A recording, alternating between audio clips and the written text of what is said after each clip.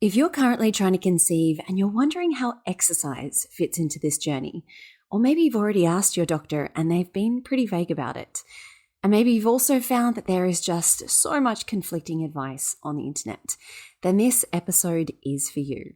Today I'm discussing the 5 types of exercise that you should avoid when you're trying to conceive, so that you have an idea of what you actually should be doing in order to support your body and increase your chances of falling pregnant.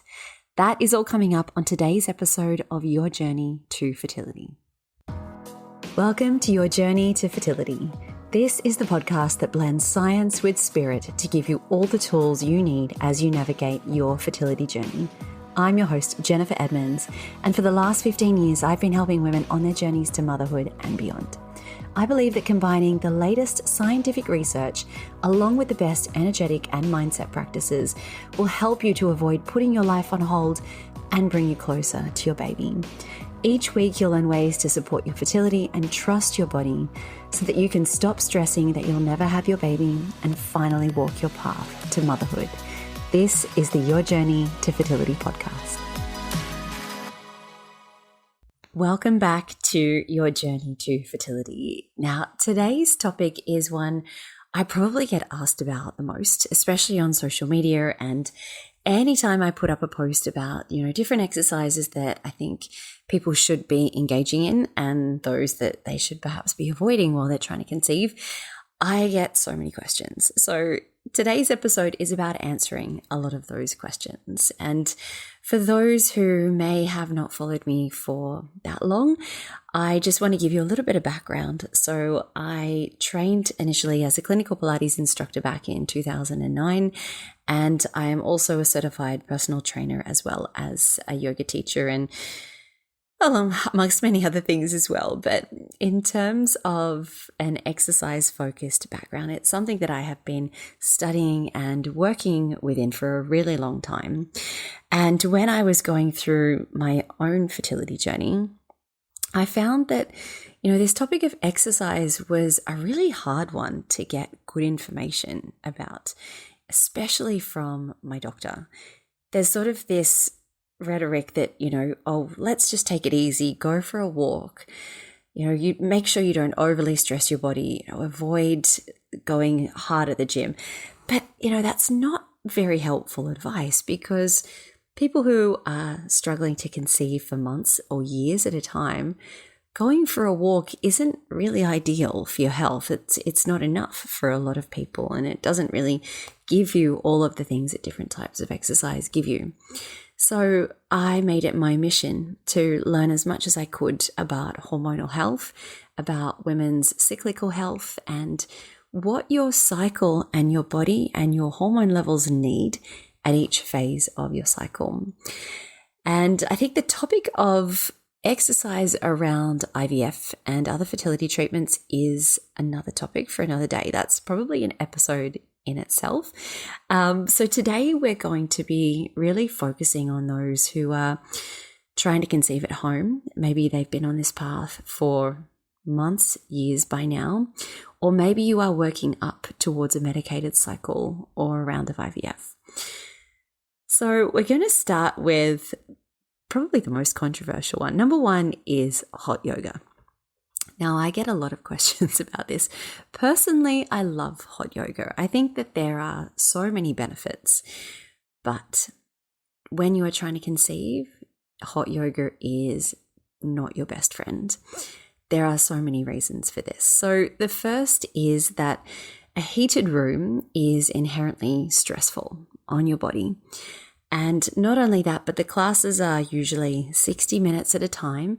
If you're going to a Bikram class, that is 90 minutes. And it is high intensity training on your body in a heated room for a long period of time. And there is some argument to say that, this kind of controlled stress on your system is something to do within your follicular phase or your ovulatory phase, but it is so much stress on your body. And is it the best choice when you are struggling with fertility? As I have talked about on previous episodes, What we're really dealing with as we're struggling with infertility is often a huge surge of cortisol and adrenaline levels throughout the body, throughout the day. And these are your stress hormones. So why would we be choosing a form of exercise that increases the amount of stress hormones that your body is going to pump out? And yes, you're choosing to be there, and yes, you may enjoy it, but your body doesn't really understand that. It just knows that it is responding to a stressful situation. Now, the other thing to mention about hot yoga, and this is so important, is that it should be absolutely avoided during the 2-week wait. And there is a lot of research that connects the raise in your core body temperature from things like hot baths, hot saunas, and really hot environments, and the increased risk of neural tube defects and miscarriage.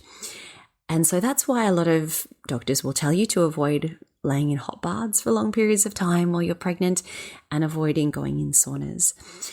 Hot yoga is similar in that regard. You're in a hot room for a really long period of time doing hard exercise, which increases your core body temperature even more.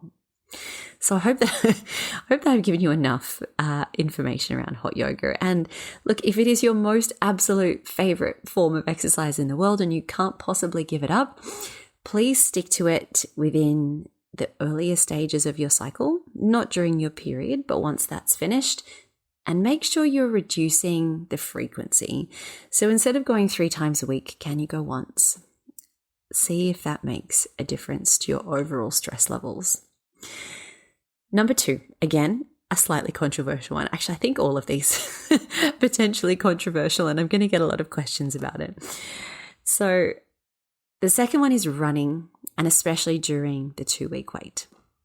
Now, similarly to what I was saying about hot yoga, there is some argument that running earlier in your cycle is a great form of exercise. And I think that in short bursts and perhaps not every day, there is some argument for this. But running in the 2-week wait poses some other issues. It increases that downward pressure on your pelvic floor. That repetitive, high impact movement on your body has a really big impact on the stability of the pelvic floor muscles. Now, if you are pregnant within that 2-week wait, your body is gearing up to do the most difficult job that it has ever done, and that takes a huge amount of energy. The muscles around the pelvis, and especially your uterus, which is a muscle as well, are already starting to change. The hormone levels are making all sorts of adjustments down towards your pelvis. So being able to soften this area around the lower abdomen and being able to just find some supportive movements that don't increase that repetitive downward strain are going to be much, much more effective. I'm also not a big fan of running because, again, people tend to not just go for a 20-minute run, but it's something that they do, say, 10Ks a day.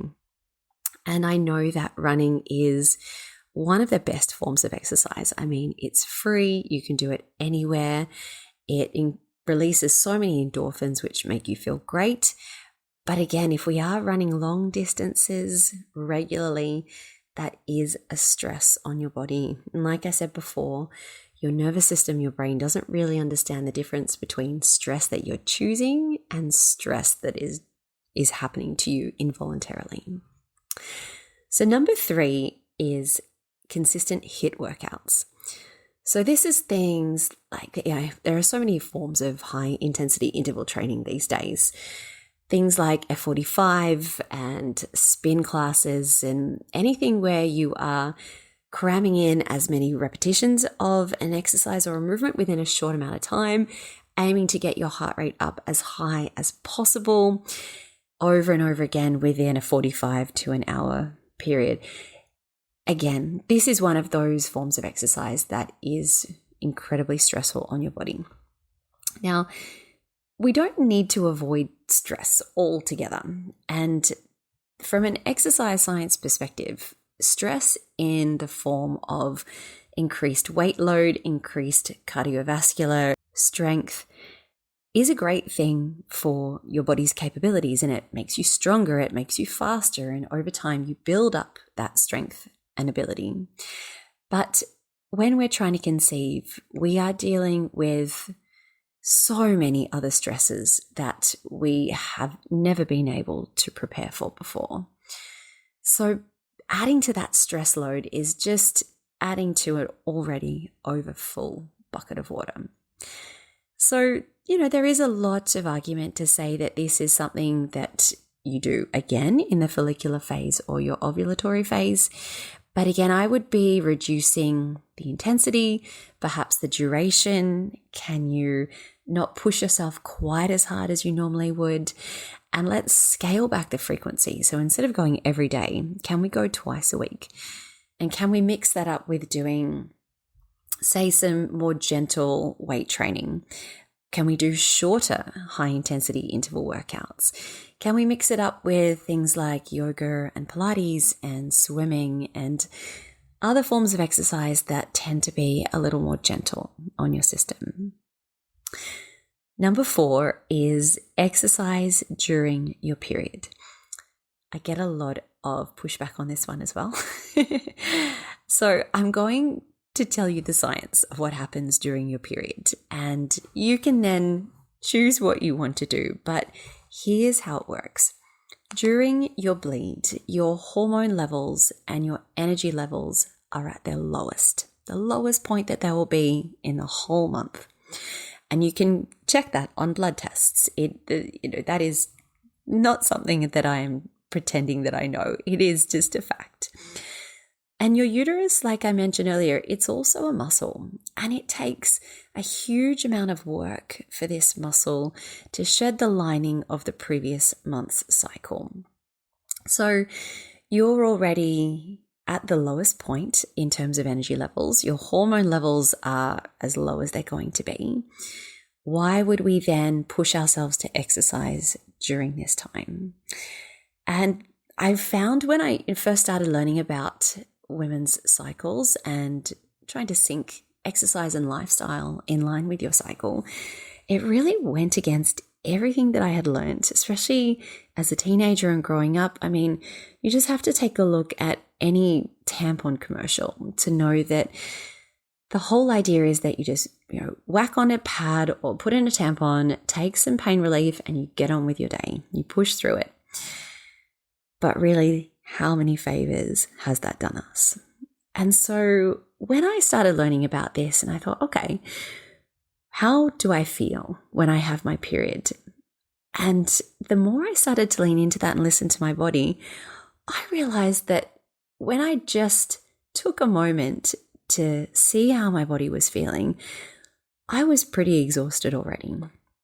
And I found that leaning into rest when you are bleeding, and if you have a 5 or 6 day bleed, I'm not talking about every single day, but the first 2 or 3 days, especially when that bleed is at its heaviest, sleep in, skip the gym, find an opportunity throughout the day to take 10 minutes, sit down, read a book, as opposed to rushing around to various social engagements throughout your evening or on your weekend. Can you start to scale back what you commit to during your period? And when you can do this, and when you can support that low level of your hormones at this time, it sets you up for a much better month ahead, a much more balanced month ahead. And I find with most of my students that when they start doing this, things like their libido increases, they have more energy around ovulation, which is exactly what we want. And again, if you are pushing yourself on those days where you really don't have a lot of energy, this is another way that you're going to increase that stress load and the release of stress hormones on your system. And that's going to have an impact on the rest of your cycle as well. All right, last but not least, number 5, I like my students to avoid intense core exercises in the 2-week wait. And again, maybe a controversial one. And you can ask me any questions that you like about any of these anytime you want. But as I was saying with running, if you are pregnant in the 2-week wait, this is a time to start encouraging blood flow, circulation, and support of the reproductive organs in the pelvis. If we are doing lots of intense core exercises and we are constricting the abdomen, we're holding that tension, that isn't what we're trying to achieve in the 2-week wait. So I would never tell you to avoid exercise altogether, but if you are going to a Pilates class, can you just ease off on the core exercises during the class and just start to focus on deep breaths, really moving through positions when you are doing exercise in the 2-week wait, holding planks for long periods of time, being in a round back position, a really contracted, full flexed position of the spine, and then holding a weight and twisting from side to side. All of these things really constrict that and hold that tension in the abdomen, which is what we are trying to avoid. So I hope this episode has answered a few of your questions around exercise to avoid while you're trying to conceive. Now, if you would like to learn more about what exercise is great for each phase of your cycle and what you should be doing, how can you support optimal hormone levels at each stage, and what should we be doing in the lead up to a medicated cycle or around of IVF? Well, first of all, I would encourage you to download my free fertility yoga guide, which just goes through some gentle sequences for each phase of your cycle.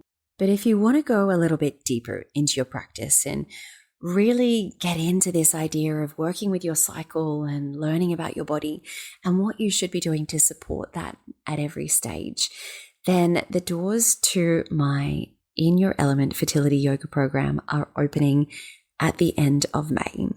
Now, prior to this course opening, we are running a 3-day live event, which you can join. This is completely free. It goes through so many beautiful practices that can support you on your journey of trying to conceive. I'll teach you a little bit about your nervous system and how this idea of coming into regulation can really support fertility. I get a bit geeky into the science of a few things as well. And then we have some incredible yoga flows and some breathwork practices and some guided meditations. If all of that sounds like something that would support your fertility, I will leave a link down in the show notes for you to pop your name on the wait list. It is my signature program. I only open the doors once per year. I'd like to keep the intake group quite small because it is quite a personalized program, and I like to be able to give everyone as much attention as possible. Now, if you found this episode helpful today, be sure to tag me in your stories on social media, leave a review wherever you get your podcasts. That would be so wonderful. It will help me to get this message out to as many people as possible. Now, on the next episode of the podcast, I'm going to go a little bit geeky and a little bit deeper into the science of stress and how does stress negatively affect your fertility.